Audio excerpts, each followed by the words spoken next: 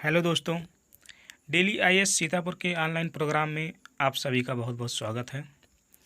जैसा कि आप सभी लोगों को पता है कि जीव विज्ञान सेगमेंट के अंतर्गत हम लोगों ने पिछले 2 वीडियोज़ के माध्यम से जीव विज्ञान के शाखाओं के बारे में अध्ययन कर चुके हैं, जिसे आप लोगों के द्वारा बहुत सारा प्यार भी मिला और आप लोगों ने बहुत सारे कमेंट किए, बहुत सारे शेयर किए और सब्सक्राइब भी आप लोगों के द्वारा किया गया। आज हमारा एक छोटा सा टॉपिक होगा जो इसी चैप्टर से संबंधित होगा। इसके बाद कल हम लोग इन तीनों वीडियोज़ पर आधारित क्वेश्चन और आंसर करेंगे जो पिछले सालों के अंतर्गत एग्ज़ाम में पूछे गए हैं। इसीलिए आप लोग पिछले 2 वीडियोज़ को आप रिवीजन कर लीजिएगा, जिससे क्वेश्चन और आंसर हल करने में आसानी होगा। आइए आज हम लोग शुरू करते हैं प्रमुख शब्दावलियाँ एवं संबंधित उत्पाद। यानी कि जीव विज्ञान के अंतर्गत कुछ ऐसे शब्दावली हैं जो अक्सर एग्ज़ाम में पूछे जाते हैं और उस शब्दावली से हम किस चीज़ का अध्ययन या उसका संबंध किस खेती से है, ऐसा करके क्वेश्चन पूछता है। तो हमारा आज का जो टॉपिक है वो है प्रमुख शब्दावलियाँ एवं उससे संबंधित उत्पाद। तो जो पहली शब्दावली है वो है एपीकल्चर। तो एपीकल्चर के अंतर्गत हम लोग किस चीज़ का क्या खेती करते हैं? मधुमक्खी पालन करते हैं। यानी कि व्यापारिक स्तर पर शहद उत्पादन तथा फसलों में परागण हेतु मधुमक्खी पालन, यानी कि मधुमक्खी पालन क्या कहलाता है? एपीकल्चर। अब आप कहेंगे फसलों में परागण हेतु मतलब परागण क्या होता है?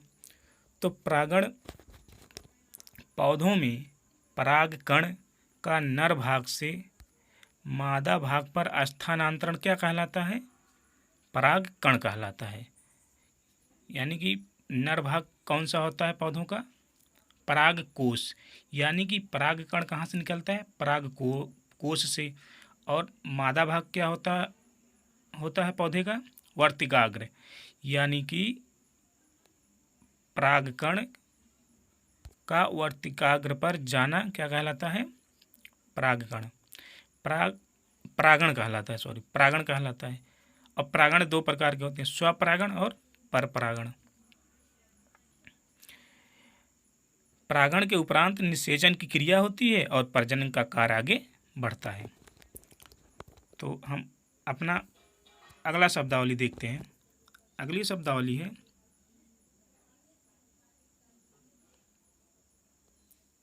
एवीकल्चर।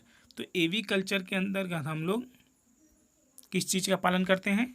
पक्षी पालन, यानी कि पक्षियों का पालन करते हैं हम लोग। और अगला है एक्वाकल्चर। तो एक्वाकल्चर के अंतर्गत हम लोग जलीय जीवों का संवर्धन करते हैं। अब जलीय जीवों के अंतर्गत आपका जंतु एवं वनस्पति दोनों आएगा, क्योंकि जीव की बात किया है, यानी कि जंतु एवं वनस्पति। अब संवर्धन क्या है? यह एक तकनीक या पद्धति है जिसमें बहुत ही कम समय में पौधों के भागों से एक नया पौधा विकसित करने के लिए उपयुक्त है। यानी कि संवर्धन के अंतर्गत हम लोग पौधों का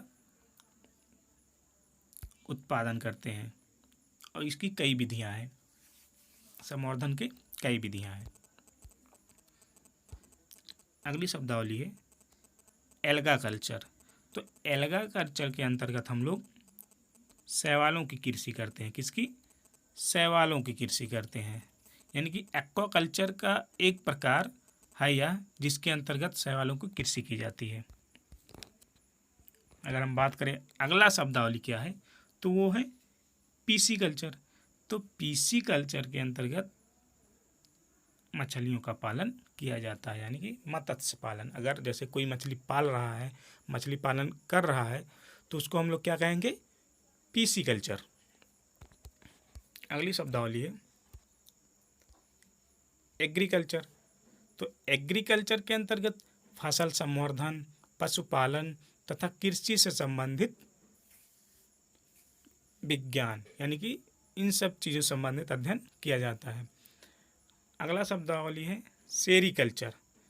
सेरीकल्चर के अंतर्गत हम लोग कच्चे रेशम के उत्पादन हेतु रेशम कीट का पालन करते हैं, यानी कि रेशम कीट का पालन क्या कहलाता है? सेरीकल्चर। अगली शब्दावली है सिल्वीकल्चर। तो सिल्वीकल्चर के अंतर्गत हम लोग वन संवर्धन करते हैं। स्पॉन्जी कल्चर के अंतर्गत हम लोग क्या करते हैं? इसके अंतर्गत स्पॉन्ज संवर्धन करते हैं। जैसे सिल्वी कल्चर के अंतर्गत वन संवर्धन, वैसे स्पॉन्जी कल्चर के अंतर्गत हम लोग स्पॉन्ज संवर्धन करते हैं। अगला है फ्लोरीकल्चर। तो फ्लोरीकल्चर के अंतर्गत हम लोग फूलों की खेती या पुष्प कृषि करते हैं। फूलों को खेती या पुष्प कृषि। ओलेरी कल्चर। ओलेरी कल्चर के अंतर्गत सब्जियों की कृषि की जाती है। इनमें सब्जियों की कृषि की जाती है, जिसके अंतर्गत लगभग सभी सब्जी आ जाते हैं। अर्बोरी कल्चर। अर्बोरी कल्चर के अंतर्गत वृक्षों तथा झाड़ियों की कृषि की जाती है। वृक्षों तथा झाड़ियों की कृषि की जाती है।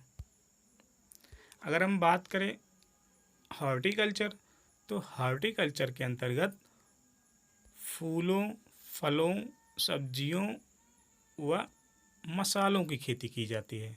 किसकी? फूलों, फलों, सब्जियों व मसालों की। अगली शब्दावली है पोमोलॉजी। तो पोमोलॉजी के अंतर्गत हम लोग फलों की कृषि करते हैं। एग्रोनॉमी। एग्रोनॉमी के अंतर्गत हम लोग फसलों की खेती करते हैं। Vermi culture. तो वर्मी कल्चर के लिए अंतर्गत हम लोग कृषि उत्पादन में वृद्धि हेतु केचुआ पालन, यानी कि कह सकते हैं कि हम लोग वर्मी कल्चर के अंतर्गत केचुआ पालन करते हैं। केचुआ के मतलब किसानों का दोस्त भी कहा जाता है।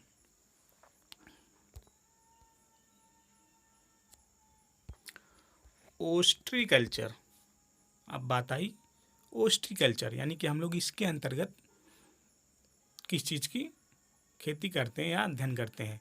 तो इसके अंतर्गत हम लोग व्यापार हेतु सीपियों में कृत्रिम प्रजनन कराया जाता है, यानी कि मानव के द्वारा जो है प्रजनन कराया जाता है उनके वृद्धि एवं विकास, यानी कि जनसंख्या बढ़ाने के लिए। अगली शब्दावली है ओलीकल्चर। ओलीकल्चर, तो इसके अंतर्गत जैतून का उत्पादन, संरक्षण एवं व्यापार किया जाता है। मतलब किसका? जैतून का उत्पादन, संरक्षण एवं व्यापार। अगला शब्दावली है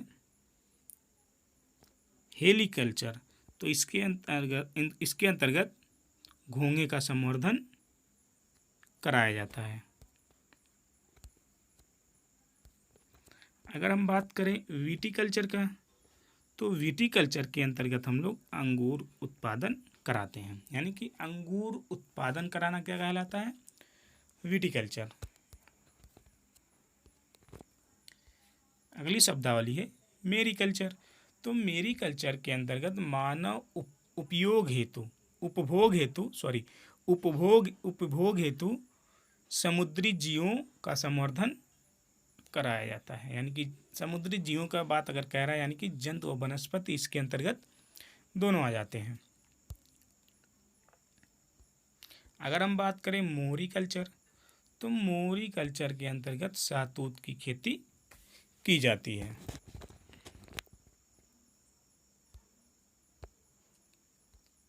सिट्रीकल्चर, तो सिट्रीकल्चर के अंतर्गत खट्टे फलों व फल उत्पादों का संवर्धन कराया जाता है। अगला है एरोकल्चर, एरोकल्चर यानी कि मृदा विहीन पादप संवर्धन कहलाता है। एरोकल्चर के अंतर्गत हम लोग मृदा विहीन पादप संवर्धन कराते हैं। तो आज का लास्ट जो शब्दावली है वो है वेजी कल्चर। तो वेजी कल्चर के अंतर्गत सब्जियों एवं पौधों की कृषि, मुख्यतः जड़ वाले फसलों की कृषि जिनमें कायिक प्रवर्धन होता है। मतलब इसके अंतर्गत हम लोग सब्जियों एवं पौधों की कृषि से संबंधित अध्ययन करते हैं। तो ये हमारा आज मतलब इस टॉपिक का लास्ट शब्दावली है। यानी कि एक तरह से हम कह सकते हैं कि हमारा जो पहला टॉपिक है जीव विज्ञान की शाखाएं वो लगभग कंप्लीट हो गया। इसके बाहर कोई भी क्वेश्चन नहीं आएगा। जितने भी क्वेश्चन आएंगे यहीं से रिपीट होते हैं जितने मैंने बताए हैं, क्योंकि मैंने हर एक क्वेश्चन हर एक एग्ज़ाम में जहाँ जहाँ से आया है सबको कलेक्ट करके फिर मैंने नोट्स बनाया है। तो दोस्तों अगर वीडियो अच्छा लगे तो लाइक करना, सब्सक्राइब करना और शेयर भी करना है, जिससे और भी वीडियो बनाने में मज़ा आए। तो बस अपना प्यार यूँ ही बनाए रखिएगा। नमस्कार दोस्तों।